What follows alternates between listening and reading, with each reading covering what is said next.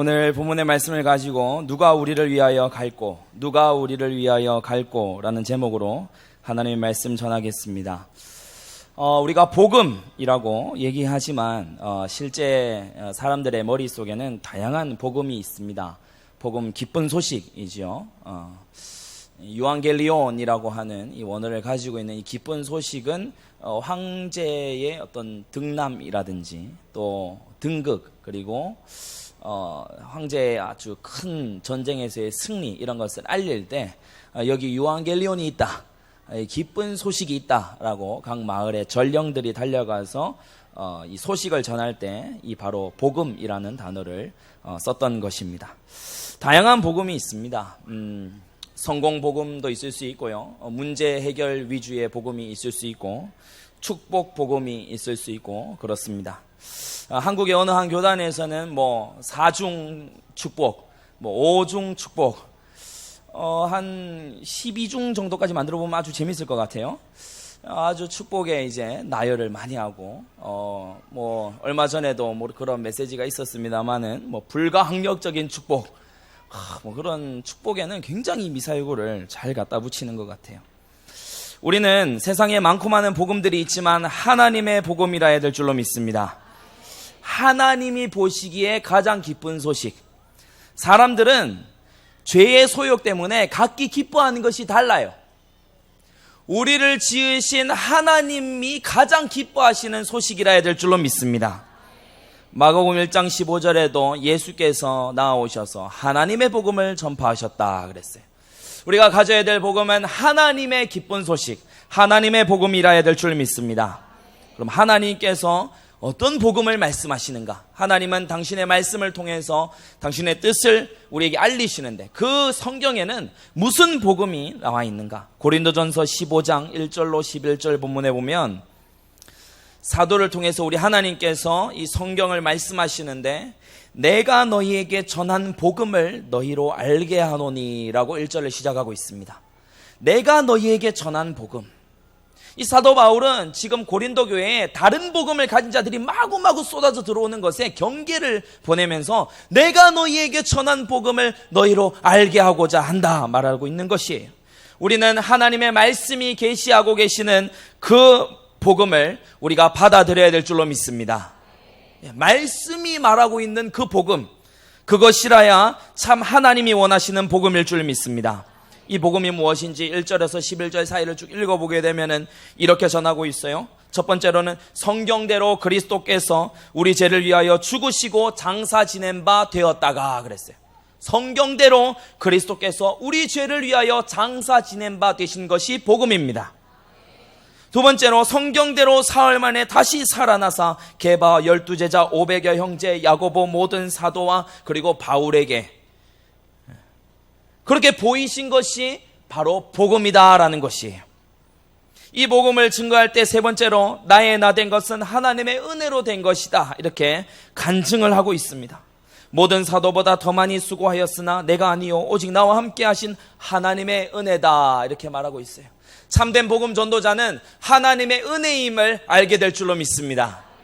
복음 전도자는 교만할 수가 없는 거예요. 왜? 하나님의 복음을 하나님이 인도하셔서 하나님이 나를 사용하신 것이기 때문에 하나님께 모든 영광을 돌려야 될 줄로 믿습니다. 11절에 내나 저희나 이같이 전파하매.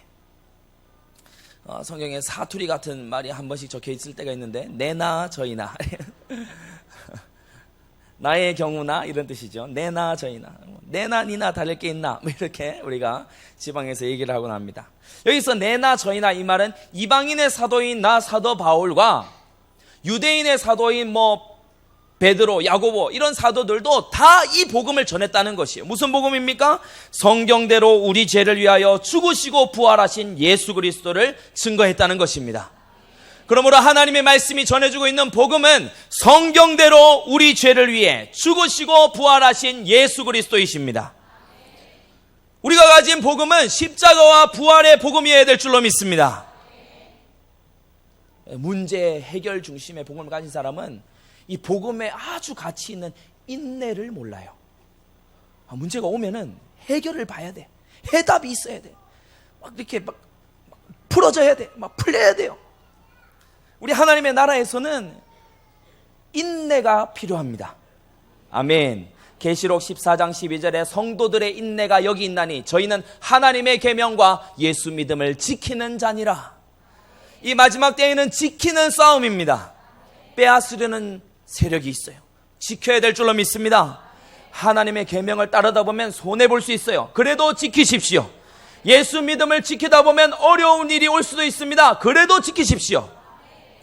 어떤 이제 사회 초년생이 이렇게 회사를 가거나 또 대학생들 같이 이렇게 가게 되면 이렇게 술자리에 데리고 가지요. 그러면서 막 안 먹으면 안 되는 분위기로 막 이렇게 몰고 가지요. 믿음을 지키시기 바랍니다. 계명을 지키시기 바랍니다. 주의 인자가 내 생명보다 낫다는 것을 증명하시기 바랍니다. 복음은 십자가와 부활의 복음이에요. 우리에게 주어진 가장 기쁜 소식, 유앙겔리온, 가장 복된 소식은 우리 죄를 위하여 그리스도께서 죽으시고 다시 살아나셨다는 것입니다. 이 복음을 전해야 되는 것인데 자꾸 이 복음을 사람의 복음으로 바꿔놔요. 우리는 이런 변질되는 것에서 우리를 정결케 하고 개혁해야 될 줄로 믿습니다. 그래서 우리가 나아가서 25개국마다 전해야 될 복음은 바로 그리스도께서 너를 위하여 희생이 되셨고 다시 살아나셨다. 이것을 땅끝까지 증거해야 될 줄로 믿습니다. 소식을 듣지 못한 자들, 아직도 우상을 붙들고 종교를 신뢰하고 사람에게 뭔가 의의가 있을까? 사람에게 뭔가 선한 것이 있을까? 바라보는 그들에게 우리 죄를 위하여 죽으신 구속자의 그 구세주의 은혜로우신 보혈의 복음을 증거해야 될 줄로 믿습니다. 오늘 크게 세 가지로 본문의 말씀 함께 은혜 나누고자 합니다. 첫 번째, 오늘 이사야가 6장에서 만군의 여호와 하나님을 만나고 있습니다. 만군의 여호와 하나님을 이 이사야가 만나는 장면이 이 6장에 굉장히 이 위험 있는 장면으로, 굉장히 이 엄청난 장면으로 지금 나오고 있어요. 이거는 뭐 누구랑 대화를 하다가 이런 장면이 아니고 곧바로 막 천사를 보고, 이 계시의 말씀 안에 이 이사야가 하나님의 영광을 봤다는 거 아닙니까? 우리 예배 가운데 모두 하나님의 영광을 보는 축복이 있기를 바랍니다. 예배가 그런 것이에요. 예배가 그런 것이에요. 본래 하나님을 본 사람이 없으되 아버지의 품속에 있는 독생하신 하나님이 나타내셨느니라. 나를 본 자는 아버지를 보았다 하였습니다. 예수님을 바라보시기 바랍니다. 그 안에 만물이 충만히 거하는, 그 안에 하나님께서 충만히 거하시는, 그가 곧 하나님이시여 하나님의 구원의 이름인 줄 믿습니다. 오늘 본문 1절에 보면은 우시야 왕의 죽던 해에 내가 본즉 그랬어요. 우시야 왕의 죽던 해에 이 이사야가 이상을 본 거예요. 이 선지자에게 보이시는 하나님의 환상을 본 거예요. 우시야 왕이 죽던 해에 그랬어요. 역대하 26장에는 이 우시야 왕이 어떤 사람인지 기록하고 있습니다. 성경 말씀에 그런 게 있죠. 역대의 사적에 기록되지 아니하였느냐, 이런 질문으로 맺는 성경 구절이 있습니다. 26장에, 역대하 26장에 우시야 왕에 대한 기록이 나와 있어요. 이 우시야 왕은 굉장히 좀 특이한 왕입니다. 26장 5절에 보면 이 우시야 왕이 하나님의 묵시를 밝히 하는 스가랴에 사는 날에 하나님을 구하였다 그랬어요. 이 우시야 왕 옆에 선지자 스가랴가 있었는데, 이 스가랴가 살아서 사역하고 우시야 왕을 일깨워주는 동안에 우시야 왕이 하나님을 구했다는 거예요. 하나님의 보호하심을 구하고 하나님의 계명을 순종하기를 구하고 하나님을 구했다는 거예요. 그래서 저가 여호와를 구할 동안에는 하나님이 형통케 하셨더라라고 5절에 기록하고 있습니다. 뭔가 암시하는 바가 있을 것 같지요.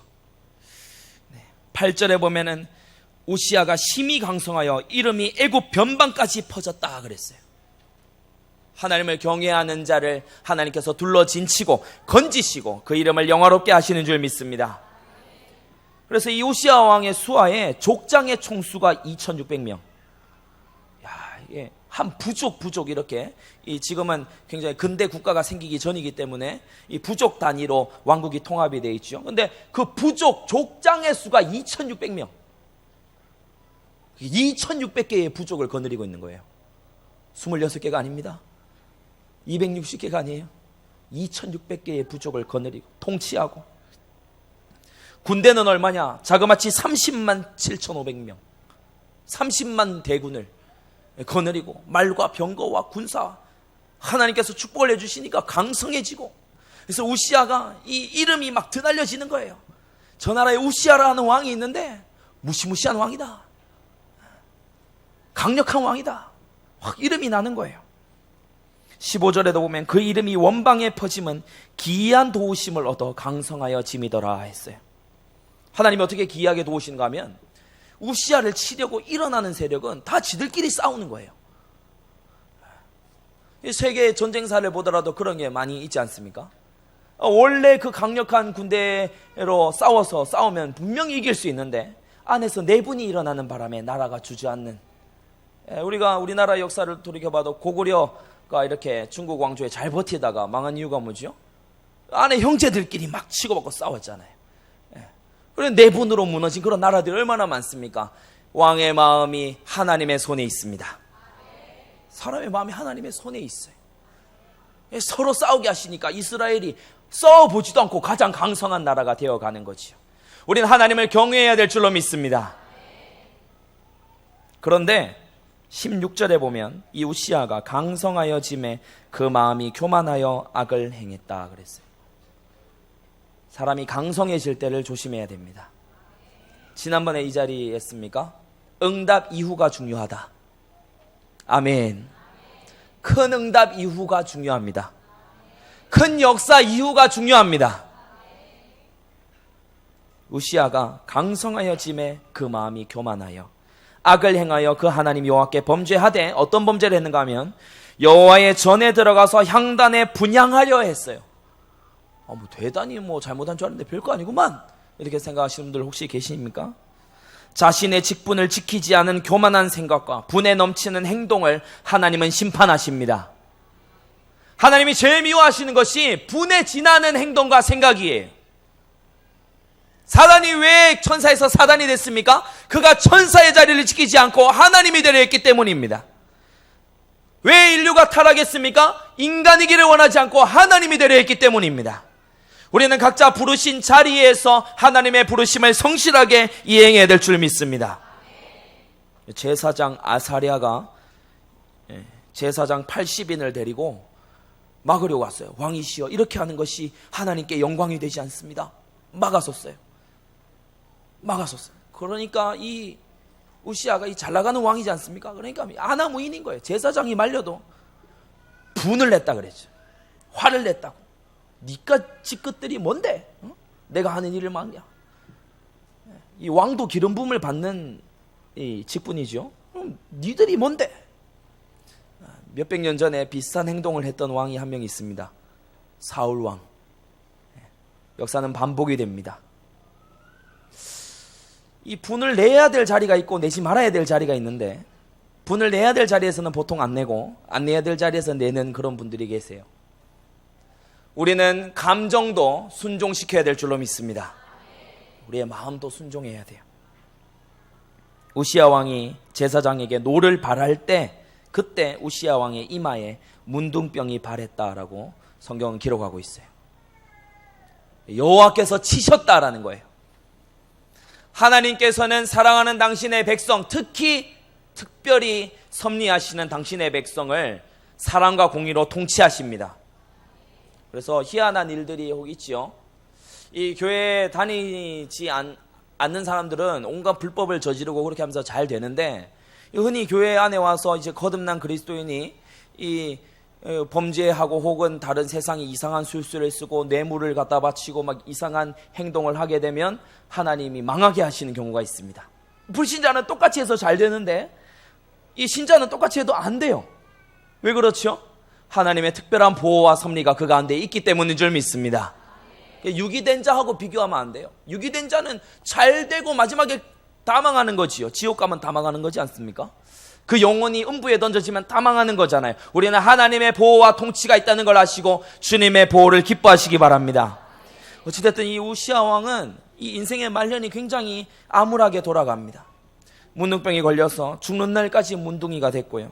여호와의 전에서 끊어졌고, 그러니까 예배를 드리러 나아갈 수가 없어요. 여호와의 전에서 끊어졌고, 그리고 별궁에서 홀로 거하다가 쓸쓸하게 죽었습니다. 이 우시야 왕이 죽던 그때에, 그 해에 이사야가 하나님을 배웠다는 것이에요. 본문이 말씀하고 있는 하나님은 어떤 분이십니까? 첫째, 위엄의 하나님이십니다. 우리 하나님은 위엄을 가지신 하나님이십니다. 1절에 높이 들린 보좌, 천사들도 그 앞에 얼굴과 발을 가렸어요. 우리 하나님은 위엄이 있으신 하나님이십니다. 천사 날개가 몇 개냐 이래 이 퀴즈를 내면은 이사야 6장에 근거해서 6개다 이렇게 대답을 하면 됩니다. 2개로는 날고 있고 2개로는 얼굴을 가렸고 2개로는 발을 가렸다 그랬어요. 하나님의 영광과 마주 대할 수 없기 때문에 가린 거지요. 창화했다. 화답하는 찬양을 하는 거예요. 천사들이. 이걸 이사야가 지금 보는 거지요. 위엄의 하나님, 크신 영광의 하나님, 만물을 한 줌 먼지와 같이 여기시는 우리 크신 하나님이 오늘 우리의 예배의 주인 되십니다. 두 번째, 어떤 하나님이신가? 거룩하신 하나님이십니다. 오늘 본문 3절에 보면은 거룩하다, 거룩하다, 거룩하다. 보통 성경이 2번 반복하면 굉장히 강조하는 건데 3번 적고 있습니다. 지극히 강조하는 것이요. 지극히 강조하는. 그 마지막 부분에 봐도 그 영광이 온 땅에 충만하도다 했습니다. 여러분, 우리는 하나님이 막 안달이 나셔서 우리가 막 그분의 영광을 어떻게든 좀 채워드리려고 그분이 막 너무 막 갈급해 하시니까 우리가 나가가지고 막 전도해드리고 선교해드리고, 그게 아닙니다. 우리는 본래의 것을 찾으러 가는 것인 줄 믿습니다. 하나님의 영광은 이미 온 땅에 충만해 있습니다. 그분의 영광의 햇빛이 비춰지지 않는 곳에 작은 생물 하나도 자라날 수 없어요. 그 어떤 생명 하나도 자라날 수 없습니다. 참새 한 마리도 하나님의 뜻이 아니면 공중에 날 수 없는 줄 믿습니다. 거룩하신 하나님, 그분의 거룩한 빛에 의해서 우리가 생존해 있어요. 다 죽어야 마땅한데 그분은 변함없이 일반 은총을 내려주고 계십니다. 의로운 자나 불의한 자에게 공평하게 공기와 햇빛을 제공하시는 우리 진실무망하신 하나님, 그 거룩하신 주님, 지극히 선하신 주님을 오늘 예배하러 나온 여러분들이 하나님의 백성인 줄 믿습니다. 거룩하신 하나님, 위엄의 하나님, 거룩하신 하나님. 세 번째는 성전의 하나님이세요. 1절에 보면 그 옷자락이 성전에 가득하였다 그랬어요. 이 성전은 보좌와 연결이 되어 있는 곳입니다. 보좌에 앉으셨는데 옷자락이 성전에 가득했다. 하나님의 성전은 구별된 장소입니다. 집에서 홀로 기도해도 되겠죠. 하나님이 함께 하십니다. 성전에 나와 기도할 때 하나님이 직접 들으실 줄로 믿습니다. 성전에 나오는 걸음인데 이미 은혜가 회복이 되는 거예요. 성전을 바라보기만 하는데 이미 하나님 주신 언약이 딱 생각이 나는 거예요. 이 은혜가 충만하기를 바랍니다. 4절 말씀에도 보면은 문지방의 터가 요동했다 그랬고 집에 연기가 충만하였다 했어요. 하나님의 영광으로 인한 그 연기, 하나님의 영광으로 인한 그 소리가 성전에 충만합니다. 그것을 보고 그것에 기뻐하는, 그것에 반응하는 오늘 예배가 되기를 바랍니다.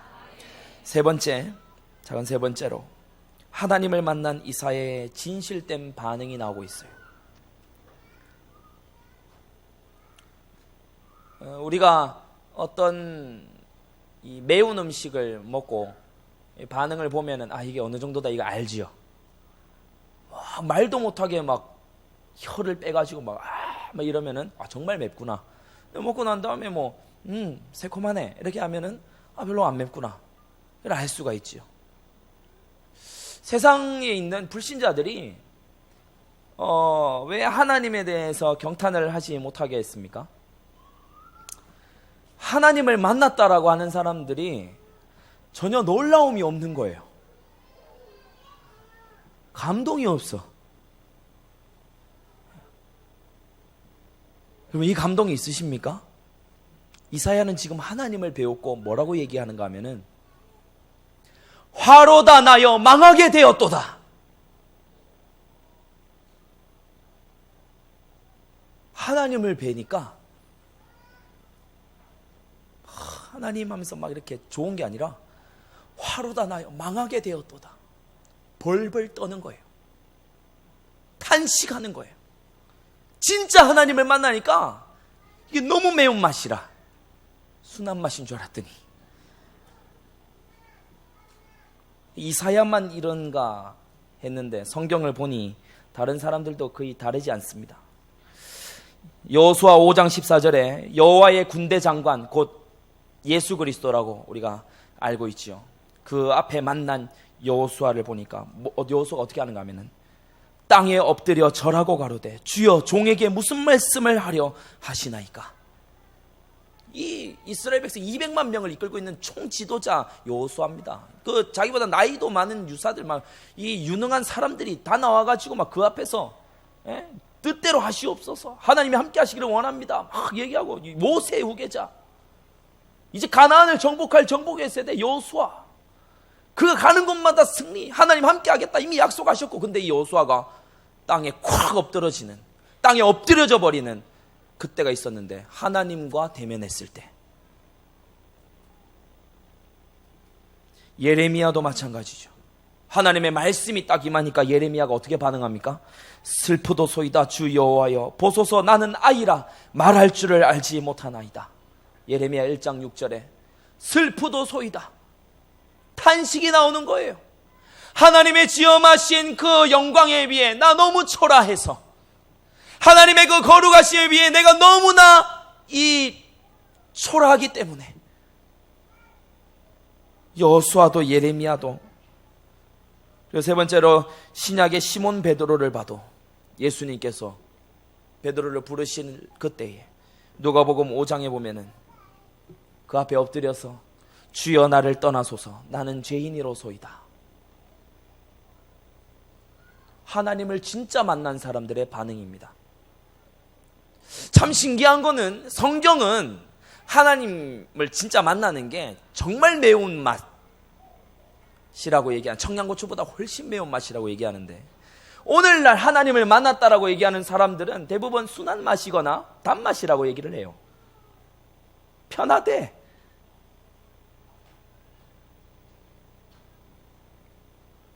바울은 어떠했습니까?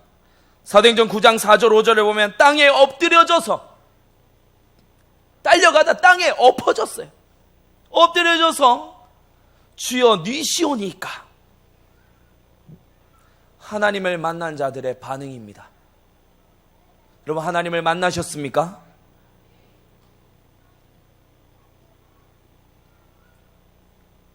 제가 비유로 말씀을 드렸지요. 양자로 들어가는 서류 다 꾸며서 동사무소에 내고 법원에 가서 신청하고 서류 정리 다 하고 아직 실제로 아버지를 못 본 사람 있다고. 법적으로는 하나님 자녀지요.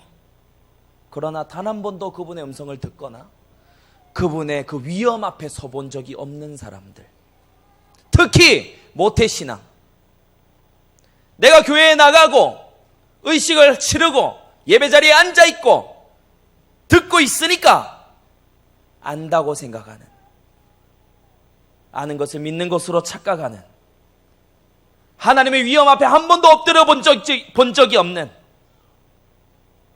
머리에 지식만 차 있는 그런 신앙인 없습니까?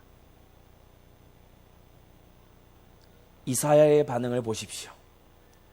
여호수아의 반응, 예레미야의 반응, 성경에 나오는 모든 인물들의 반응을 보세요. 하나님을 만난 자는 그 앞에 엎드려졌습니다.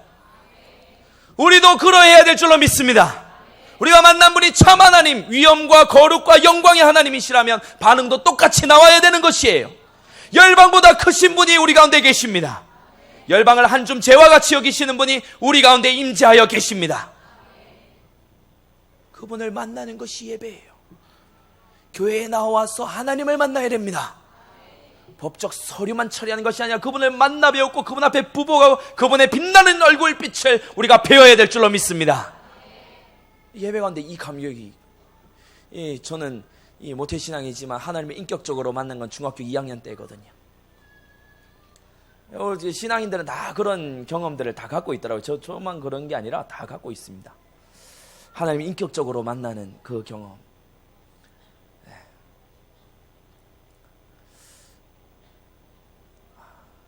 진짜 그렇게 됩니다. 무릎 안 꿇으면 안 됩니다.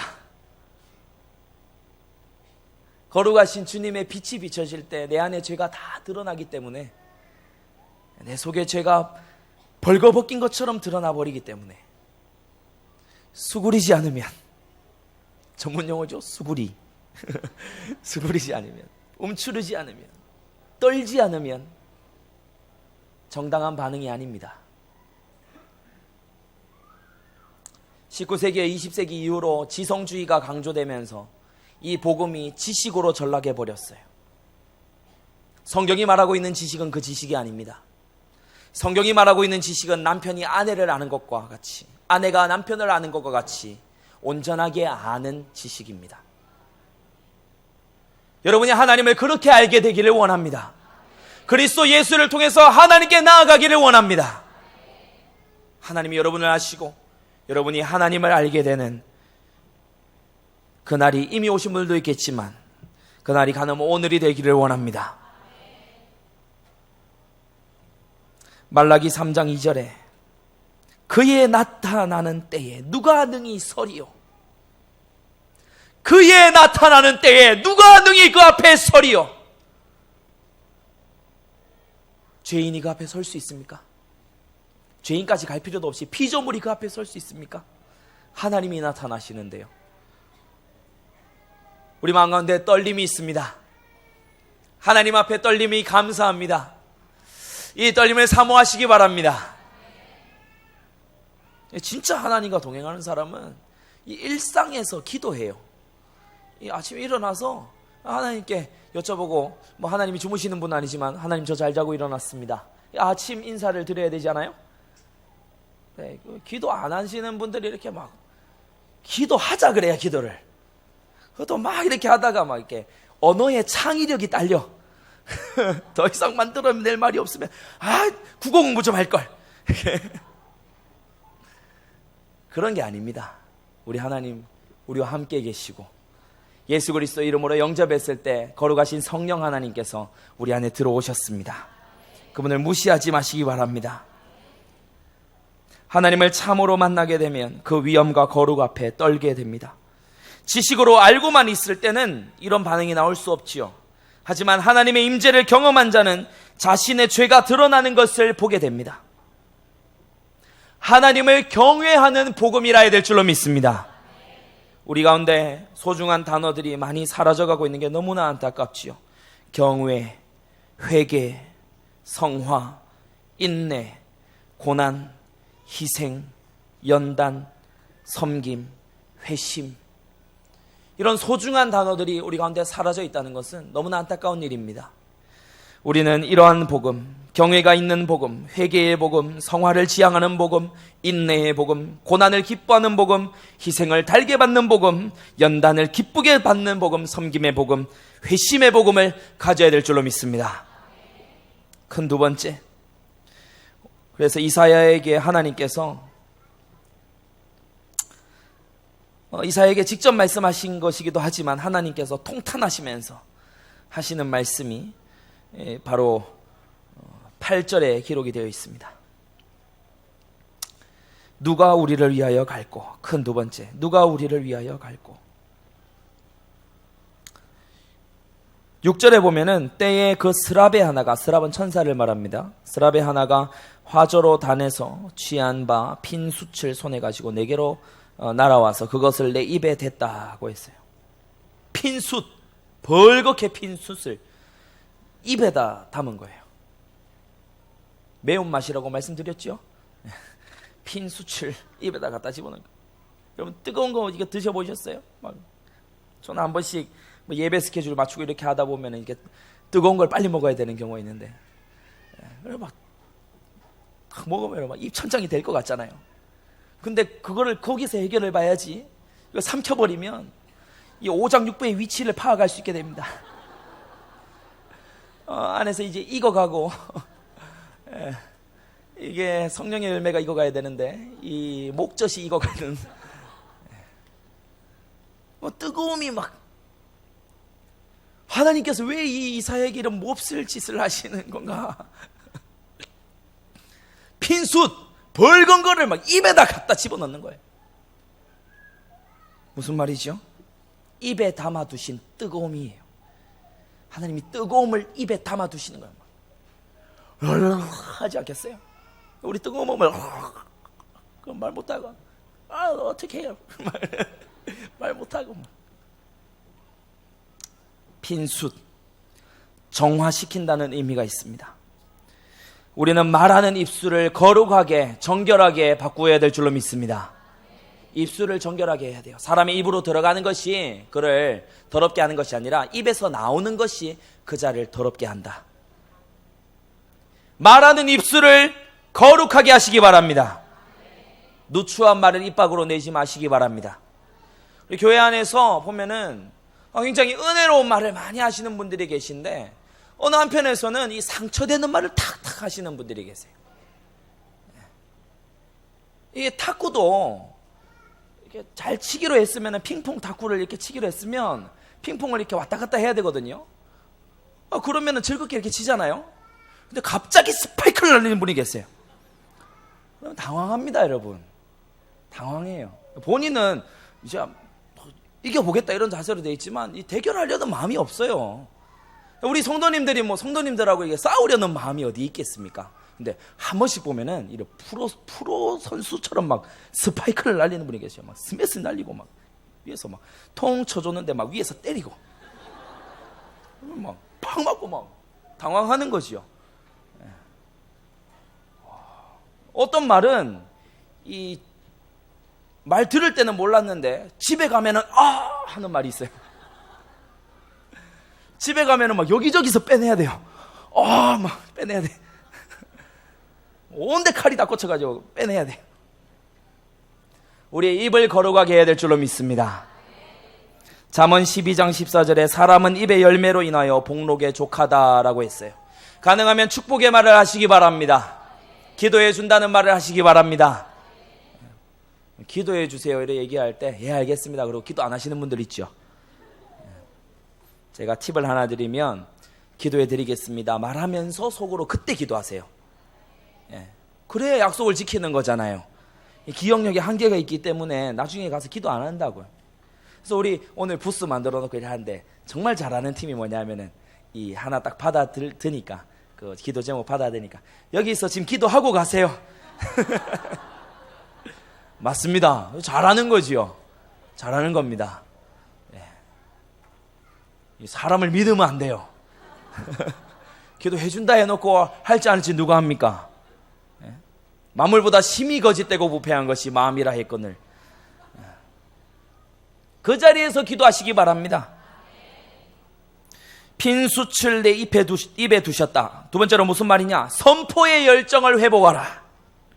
우리는 복음 선포의 열정을 회복해야 될 줄로 믿습니다. 마가복음 16장 15절에 너희는 온 천하에 다니며 만민에게 복음을 전파하라 했어요. 이 전파라는 말은 설명이나 애걸하는 거랑 다릅니다. 복음을 가지고 애걸하지 마세요. 어찌 하나님 독생자의 십자가의 희생의 그 복음을 잠깐이면 됩니다. 이 말로 부담 갖지 마세요. 잠깐이면 됩니다. 금방 끝납니다. 이런 말로 어떻게 우리가 폄하시킬 수 있다는 얘기입니까? 우리는 그리스도를 그같이 배운 적이 없습니다. 하나님의 독생자의 희생은 그 사람에게 일생일대의 사건이 되어야 될 줄로 믿습니다. 창조보다 더 위대한 사건이 십자가예요. 종말보다 위대한 사건이 십자가입니다. 왜? 그 만물들은 하나님의 지으신 바요. 십자가에 희생되신 예수 그리스도는 하나님 그분 자신이시기 때문입니다. 십자가 이 사건이 인류사에 제일 중요하다? 이 약한 말입니다. 만물에게 가장 중요한 게 예수 그리스도의 십자가인 줄 믿습니다. 주님의 뜻을 가감없이 선포해야 돼요. 예레미야의 슬픔이 여기 있는 거죠. 예레미야가 슬픈 게 뭡니까? 이스라엘의 멸망을 예언을 해야 돼요. 그러니까 우리가 잘 아는 그 말씀 있잖아요. 다시는 내가 주의 이름으로 선포하지 아니하리라면 내 마음에 불붙는 것 같아서 견딜 수 없나이다. 그 유명한 구절 아시지요? 뭐 모르시는 것처럼 앉아 계세요. 이렇게 아시잖아요. 이거 알면 안다. 이렇게. 왜 예레미야의 마음이 그렇게 막 타들어가요? 예레미야는 자기 백성한테 좋은 말을 해주고 싶어요. 회복될 것이다. 하나님이 구원하실 것이다. 이런 말을 해주고 싶은데 하나님은 자꾸만 예레미야에게 망할 것이다. 종이 될 것이다. 섬겨야 된다. 포로가 될 것이다. 계속 그것을 말하라고 하는 거예요. 그래 예레미야가 너무 마음이 갈등과 막 너무 마음이 아픈 거죠. 그래도 어떡합니까? 하나님이 시키시는 대로 말해야 됩니다. 하나님께서 하라고 하시는 말씀을 해야 될 줄로 믿습니다. 복음을 끝까지 대항하고 하나님의 명령이라고 해도 전도의 걸음을 한 걸음도 걷지 않는 자 환난이 예비되어 있을 줄 믿습니다. 하나님의 말씀입니다. 네가 만약 의인을 깨우치지 아니하고 악인을 깨우치지 아니하면 내가 네 손에서 핏값을 찾을 것이다. 왜? 칭의의 의인이 됐잖아요. 그리스도의 십자가와 그 부활을 이 자리에 모르시는 분들 계십니까? 다 알잖아요. 하나님의 자녀 안 된 분 있습니까? 다 됐지 않습니까? 지상 명령 못 들은 사람 있습니까? 다 들었잖아요. 하나님의 말씀인데 다 들었지 않습니까? 주님은 하나님으로서 말씀하시는 겁니다. 하나님의 권위와 영광을 다 가지고 말씀하시는 거라고요. 그 말씀을 무시하는 건 하나님을 무시하는 겁니다. 그러니까 이 명령에 순종하지 않는 자 하나님의 진노가 예비되어 있습니다. 우리 앞에 두 길이 놓여 있으니 여러분 선택하며 사시기 바랍니다. 참과 거짓 사이에서 선택하세요. 진리와 거짓 사이에서 선택하시란 말입니다. 내 이웃을, 우리 학생들, 내 옆에 있는 짝꿍, 내 반의 학생들, 왜 하나님께서 그 많고 많은 반 중에, 그 많고 많은 학교 중에 내 옆자리에 갖다 놓으셨을까요? 많고 많은 사람 중에 왜 내 자녀로 태어나게 하셨을까요? 많고 많은 교회 중에 왜 우리 안디옥 교회에 지체되게 하셨겠습니까? 깨닫는 지혜가 있기를 바랍니다. 주님께서 말씀하세요. 내가 누구를 보내며 누가 우리를 위하여 갈꼬. 네, 그렇습니다. 그때나 지금이나 하나님은 사용하고 싶어 하시되 우리가 거절하고 있는 형국입니다. 핑계는 끝이 없어요. 핑계는 굉장히 다양하고 이 버라이어티하고 굉장히 많습니다.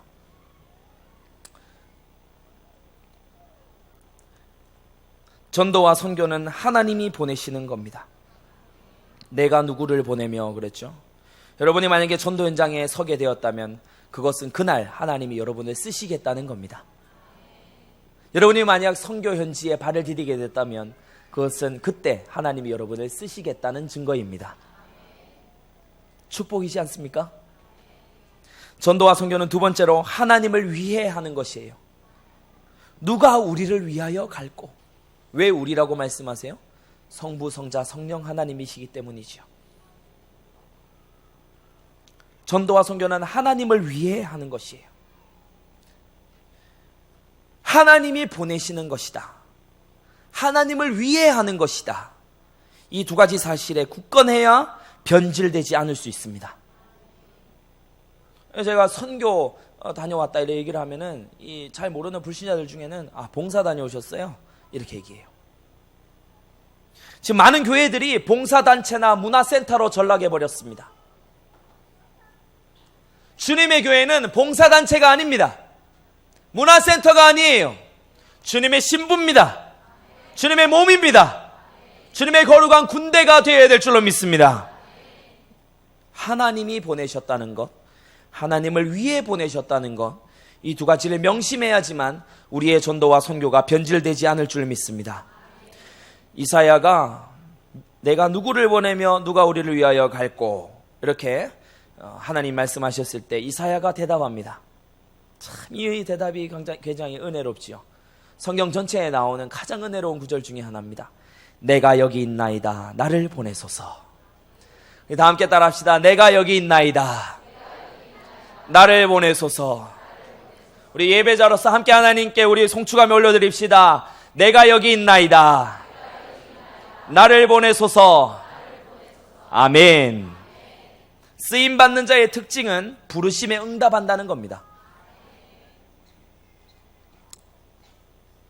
불러도 대답 없는, 부르다가 내가 죽을 그런 이름이 있지요. 하나님의 변함없는 뜻을 위해서 불러도 대답이 없는, 쓰임받는 자의 특징은 부르심에 응답한다는 것이에요. 또한 쓰임받는 자의 특징은 부르심에 지체하지 않는다는 거예요. 마태복음 4장 20절에 예수님의 부름을 받은 제자들이 곧 그물을 버려두고 예수를 쫓았다라고 했어요. 부르심에 지체하지 마십시오. 지체하지 말아야 됩니다. 하나님은 일천지교회 운동과 우리 세대의 세계 복음화를 위해 우리를 부르고 계십니다. 아멘. 이런 밤점이 잘 안 오지 않습니까? 제가 어디에 대해서도 많이 얘기를 했지만, 어느 날, 그렇죠? 어느 날 밤 이렇게 정신없이 자고 있는데, 대자로 뻗어서 자고 있는데, 갑자기 빠바밤 우리 성가대 오케스트라하고 비교가 안 되는 빠바밤 하면서 막 빠밤 하면서 우리 반응할 때까지 합니다. 빠밤 아 끝. 무슨 말인지 아시겠어요? 그날이 호련히 도적같이 오리라. 우리 주님의 말씀입니다. 밤에 막 자고 있는데, 또는 낮에 막 다음 사역 어디 가야 되지 막 이렇게 하고 있는데 빠바밤 끝. 그날을 계속 사모하다 보니까 이게 사람이 약간 이상해지는 것 같아요. 은혜인 줄 믿습니다. 세계복음화를 실현시킬 수 있는 첫 세대 우리입니다. 은혜입니다. 은혜. 청년들이 이 비전이 있어야 될 줄로 믿습니다. 우리 학생들이 이 비전에 헌신해야 돼요. 한 20대쯤에 지역복음화 완성하고 30대쯤에 미전도 족족 돌파하고 40대 때 뭐 남았냐? 뭐가 남았습니까? 그래서 막 전사님한테 따져야 돼요. 뭐가 남았어요? 대체 뭐가 남았길래 주님이 안 오십니까? 그러면 저도 막 얘기하겠죠. 그래 네가 가라. 저 오지에 하나 있다 하더라. 가라. 아멘 하고 텐트 들고 가는 거야. 야외 취침하고. 이번에 정교인 수련회 막 숙소 부족하다고 막 얘기하시는데, 뒤에 있어 보니까 숙소를 여러분 왜 필요합니까? 텐트 갖고 오세요. 아직 신청 안 하시고 뭐 숙소 없다 이러면 막 시험 들고 마음에 상처받고 이러지 마시고 텐트 들고 오시기 바랍니다. 진짜 광야 훈련, 진짜 이스라엘 회복, 텐트 치시기 바랍니다. 텐트 앞에 쳐야 돼. 그래, 이 사람들이 뭐 하는 사람들이냐? 막 산에 막 산골짜기에 텐트 다 쳐버려요. 그래가지고 막 낮이 되면 내려오고 밤이 되면 올라가고 막, 그렇죠? 우리가 대한민국을 하나님께 봉헌하기 위해서, 하나님께 드리기 위해서, 주의 영광을 위해서 여러분 생각을 뚫고 나오시기 바랍니다. 큰 세 번째, 그루터기의 비밀이 있어요. 그루터기의 비밀. 렘넌트가 뭐냐? 그루터기가 렘넌트입니다.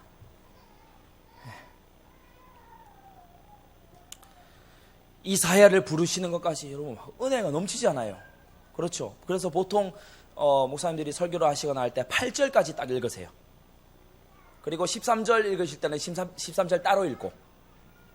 전 되게 희한한 예전에 성경 봉독을 한번 본 적이 있는데, 이사야 6장 1절에서 8절까지 읽고 13절 읽겠습니다. 9절에서 12절을 왜 안 읽어? 되게 의아했어요. 왜냐? 본문에 하나님께서 좀 의아한 말씀을 하시니까. 우리는 하나님의 의아한 말씀이라 할지라도 받아야 될 줄 믿습니다. 그루터기의 비밀. 작은 첫 번째로 오늘 본문에 매우 의아한 하나님의 말씀이 나옵니다. 10절 말씀에 이 백성의 마음으로 둔하게 하며 그 귀가 막히고 눈이 감기게 하라. 완전히 반대 말씀을 하시는 것 같지 않습니까? 마음으로 연하게 하고 귀가 열리게 하고 눈이 떠지게 해라. 이래야 맞는 말씀이잖아요. 우리가 이 많은 성경 본문을 한 번씩 읽어보면 알 수 있듯이 그런 말씀이 나와야 되잖아요. 지금 이사야를 부르고 하나님이 그 거룩한 광경을 보여주시고 이사야를 부르시고 이사야도 대답했어요. 내가 여기 있나이다. 나를 보내소서. 예, 가겠습니다.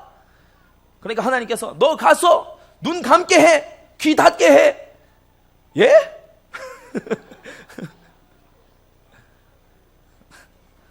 이사야가 황당한 거죠. 여러분 같으면 황당 안 하시겠어요? 전도하려고 딱 본팀에 딱 모였는데 영혼 건져지게 해주시고 구원하게 해주시고 막 기도했어요. 인도자가 딱 나가지고 오늘 나가서 영접시키지 마세요.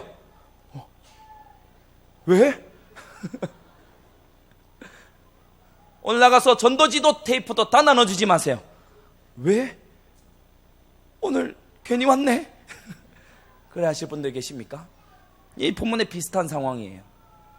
이사야가 느낄 때 여러분 어떠했겠습니까? 매우 의아한, 좀 한편으로는 이해가 되지 않는 그런 하나님의 말씀이 오늘 본문에 나오고 있어요. 구원과 회복의 말씀을 주시는 하나님께서 왜 이런 말씀을 하시는가? 왜 그렇죠? 하나님은 인격적이신 하나님이기 때문입니다. 하나님은 500원 넣으면 포카리 스웨트 나오고 700원 넣으면 뭐 나오고 200원 넣으면 커피 나오고 이런 자판기 하나님이 아닙니다. 자판기 하나님이 아니에요. 하나님은 자판기가 아닙니다. 인격적이신 하나님이세요. 하나님은 매우 인격적이십니다. 법칙이나 공식으로 바꾸려는 그런 시도를 버리시기 바랍니다. 어떤 사람은 마음에 예수님을 사랑함이 없어. 고린도전서 16장 마지막에 보면은 예수님을 사랑하지 않는 자는 저주를 받을지어다 그러거든요. 근데 예수님을 사랑함이 없어요. 예수님의 뜻이 뭔지 별로 생각이 안 나요. 예수님의 이름을 잘 부르기를 싫어해요. 그런데 비슷한 일은 다 해요. 예수님을 사랑하지 않는데도 뭐 가서 전도하는 것도 돕고 식당 봉사도 하고 여러 가지 일을 다 합니다. 그게 상급이 되겠습니까? 주님을 사랑함으로 해야 될 줄로 믿습니다. 하나님은 인격적이신 하나님이세요. 우리는 어떻습니까? 우리는 어떻지요? 집에서 부모님하고 자녀하고 밥을 이렇게 먹는데 밥을 같이 먹어요. 밥을 같이 먹는 가족의 그런 활동을 같이 하는 거지요. 밥을 같이 먹어요. 깨끗이 다 먹어요. 설거지도 하고 청소도 다 해요.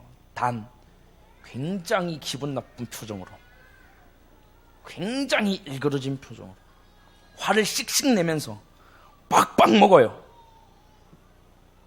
콱 먹는다고. 숟가락을 콱 놔요. 그리고 씻어요. 잘해. 청소를 막 해요. 굉장히 기분 나쁜 표정으로.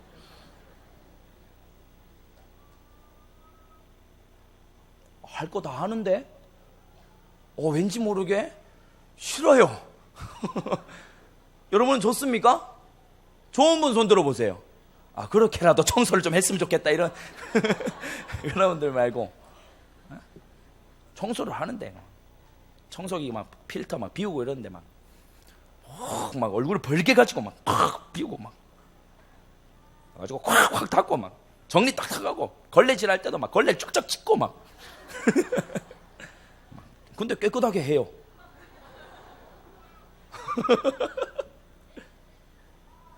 구석구석 정말 잘 청소해. 정말 이런 남편이 없어요. 정말 잘 청소해. 근데 하고 났는데 이상하게 기분이 나빠. 하나님을 섬길 때에도 이렇게 섬기면 큰일 납니다, 여러분. 큰일 나요.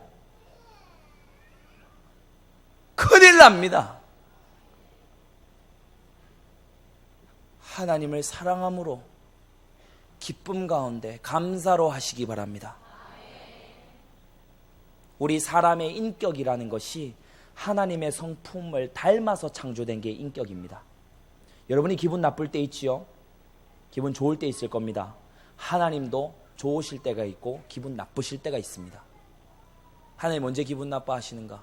하나님이 세우신 질서를 마구 짓밟을 때, 하나님을 경외함이 없을 때, 하나님께 대해서 마구 대할 때, 하나님의 말씀을 불순종할 때 하나님 기분 나빠하십니다.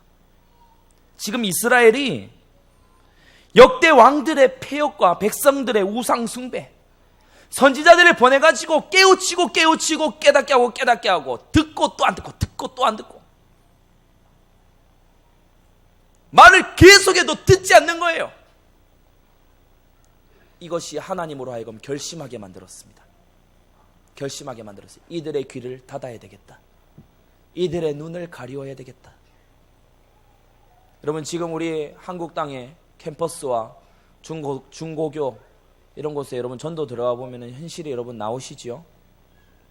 어떻습니까? 하나님의 결심을 불러일으키는 것 같지 않아요? 교회 다니는 자가 복음을 막습니다. 교회 다니는 자가 전도를 막아요. 불신자들은 하나님이 어떻고 진리가 어떻고 관심이 없어요. 먹고 사는 짐승같이 살아가고, 신자들은 그들을 막 존경하면서 살아가요. 크리스찬 젊은이들한테 존경하는 인물 설문조사를 했더니 뭐 안철수, 노무현, 또 이건희, 부자 되고 잘 되고 유명해지는 거기에 관심 다 갔어. 아무도 성경에 이렇게 많은 인물을 하나님이 적으셔서 성경에 나와도 성경 인물 한 명도 없어요. 교회에서 한 설문조사입니다. 교회 청년들한테. 이게 정상입니까? 하나님이 과연 기뻐하시겠습니까?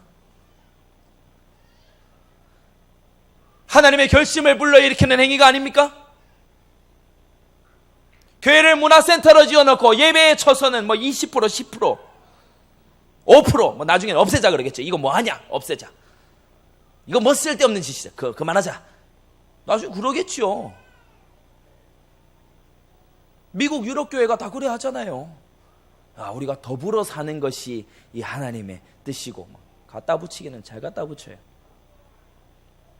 신문에 얼마 전에 막 나왔었잖아요. 교회를 회복해야 된다면서 세상 신문에다가 막 적는데, 진짜 교회 같지도 않은 교회를 거기다 다 실어놨어요.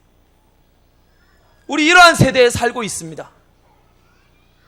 청년의 정욕이 정당화되고 있는 세대에 우리 아이들이 성공하는 것이 가장 큰 관심사요. 하나님 앞에서 이들이 어떤 자가 되어가는지 전혀 관심 없는 세대에, 그런 세대에 살아가고 있어요.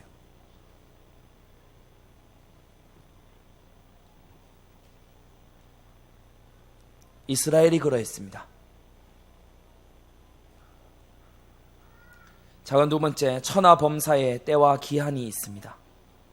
전도서 3장 1절에 천하의 범사가 기한이 있고 모든 목적이 이룰 때가 있나니 그랬어요.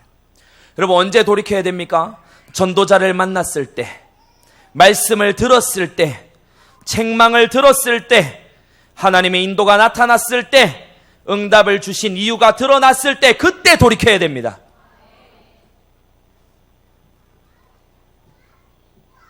이와 같이 여러분 열방선교 주일로 이렇게 할 때에 여러분이 열방을 위해서 중보하시고 기도하게 되시기 바랍니다. 이사야 55장 6절 7절 너무 잘 아는 말씀이죠. 너희는 여호와를 만날 만한 때에 찾으라. 가까이 계실 때에 그를 부르라. 악인은 그 길을, 불의한 자는 그 생각을 버리고 여호와께로 돌아오라. 그리하면 그가 긍휼히 여기시리라. 우리 하나님께로 나아오라. 그가 널리 용서하시리라 하셨습니다. 전도서 12장 1절 너무 잘 알려진 말씀. 너희는 청년의 때, 곧 공고한 날이 이르기 전, 나는 아무 낙이 없다고 할 해가 가깝기 전에 너의 창조자를 기억하라 했어요. 우리 청년들, 대학생들, 교회 안에서 3가지, 4가지 일은 기본으로 섬겨야 됩니다. 기본으로 섬겨야 돼요. 청년회 때 지나주면 누가 써줄 것 같습니까? 안 써줍니다. 왜? 또 다른 청년들이 있는데 뭐하러? 안 써줘요. 청년의 때에 헌신해야 됩니다. 아멘. 힘이 있을 때 헌신하십시오. 가진 바 능력을 자랑하다가 우시아 왕같이 되지 마시고.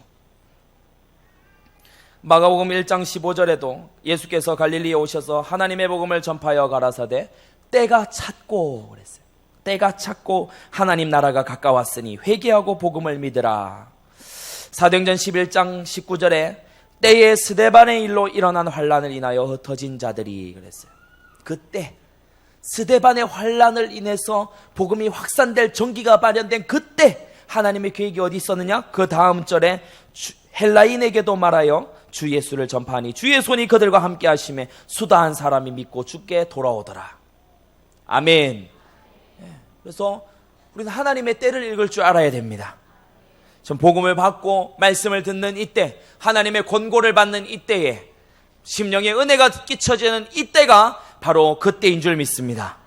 고린도후서 6장 2절 내가 은혜 베풀 때에 너를 듣고 구원의 날에 너를 도왔다 하셨으니 보라 지금은 은혜 받을 만한 때요 보라 지금은 구원의 날이로다. 천하범사에 때와 기한이 있습니다. 네. 저희 외할머니에서 요새 이제 귀가 잘 안 들리세요. 통화를 하면 정말 이 목청 단련의 최고입니다. 아주 좋아요. 이 메신저 훈련을 시켜주시는 것 같아요. 할머니 이래야 돼요. 그러면은 못 들으세요. 참 안타까운 일이지만 또 한편 다행이라고 생각이 되는 게 복음을 다 들으시고 말씀의 그 은혜를 다 들으시고 난 다음에 이제 귀가 그렇게 안 들리시게 됐으니 얼마나 감사한 일입니까? 우리가 여러분 자랑하지 마시기 바랍니다. 어느 날 눈이 어두컴컴 침침해질 때가 와요. 귀가 안 들릴 때가 와요. 어느 날 우리 생명의 연한이 닿을 때가 옵니다. 우리가 시간을 주셨을 때에 은혜 받을 만한 때에 은혜에 강하시고 믿음 가져야 될 때 믿음을 가지시고 어릴 때에 청년의 때에 하나님 나라에 헌신하시기 바랍니다. 작은 세 번째, 하나님께서는 거룩한 씨를 남겨두셨다라고 오늘 말씀하고 계세요. 이스라엘은 그 때를 지나쳐버렸죠. 그러나 하나님께서는 또 다른 한 때를 예비하고 계십니다. 언약을 갖고도 불순종한 이스라엘과 언약에 온전히 순종하신 그리스도. 언약을 갖고도 불순종해서 실패했어요. 이스라엘이 언약 안 가진 게 아닙니다. 언약의 백성입니다. 이스라엘 뜻 자체가 그래요. 하나님과 겨루어 이겼다. 하나님께서 스스로 지시면서 받아주신 민족이 이스라엘이에요. 그런데 버림받지요. 우리 예수님께서 온전한 순종을 이루고 계십니다. 로마서 11장 20절 21절에 사도 바울은 이 부분에 대해서 버림받은 이스라엘 그것에 대해서 뭐라고 말하는가 하면 저희는 믿지 아니함으로 꺾이우고 너는 믿음으로 섰느니라. 높은 마음을 품지 말고 도리어 두려워하라고 말씀하십니다. 하나님이 원가지들도 아끼지 아니하셨은즉 너도 아끼지 아니하시리라. 우리가 마음에 깊이 새겨야 될 줄 믿습니다. 지금 우리 민족에게, 우리 교회에 기회가 왔어요. 열방을 선도할 수 있는 기회가 왔습니다. 사람들이 얘기하잖아요. 한반도 역사 5천년에 이만큼 먹고 살고 이런 때가 없었다고 얘기하지 않습니까? 왜 하나님께서 이런 풍요와 그리고 이러한 축복들을 모든 사람들에게 이렇게 부어주시겠어요? 왜 그렇습니까? 하나님의 일 감당하라고 주신 줄 믿습니다. 우리가 확신하는 바는 각 민족마다 분명히 이 거룩한 씨가 남겨져 있다는 것이에요. 마태복음 14장 24절 이 천국 복음이 모든 민족에게 증거되기 위하여 온 세상에 전파되리니 그제야 끝이 오리라 하였습니다. 마태복음 28장 19절에도 모든 족속에 가서 제자 삼으라고 말씀하셨어요. 분명히 모든 족속 가운데 제자가 있습니다. 제자 될 자가 분명히 있습니다. 하나님이 남겨두셨다고 하셨어요. 오늘 말씀에 주님께서 남겨두겠다고 말씀하십니다. 그러므로 저는 세 번째로 전도와 선교는 이 그루터기를 찾는 것입니다. 그루터기를 찾는 것. 내가 만들어 가려고 하면 불가능하지요. 내가 만들려고 하면은 그건 불가능합니다. 전도가 왜 부담이 될까요? 가서 막 구슬리고 설득하고 들어보락하고 막 이때는 이런 말 할까 저때는 저런 말 할까 막 이렇게. 근데 알고 보니까 이 사람이 구원 얻기로 작정된 자가 아니라 그렇게 되잖아요.